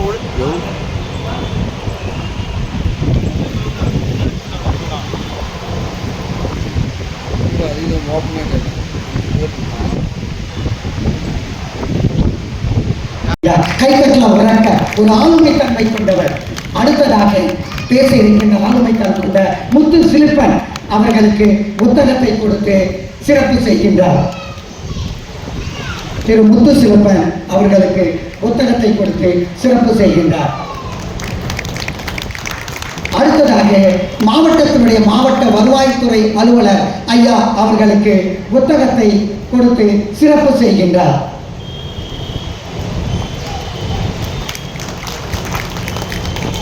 அடுத்ததாக மாவட்ட ஆதி திராவிடர் மற்றும் பழங்குடி அலுவலர் ஐயா அவர்களுக்கு புத்தகத்தை கொடுத்து சிறப்பு செய்கின்றார். அருமையான நிகழ்ச்சிக்கு வருகை கண்டு ஆளுமை உரை ஆற்ற இருக்கின்றார்கள். இப்பொழுது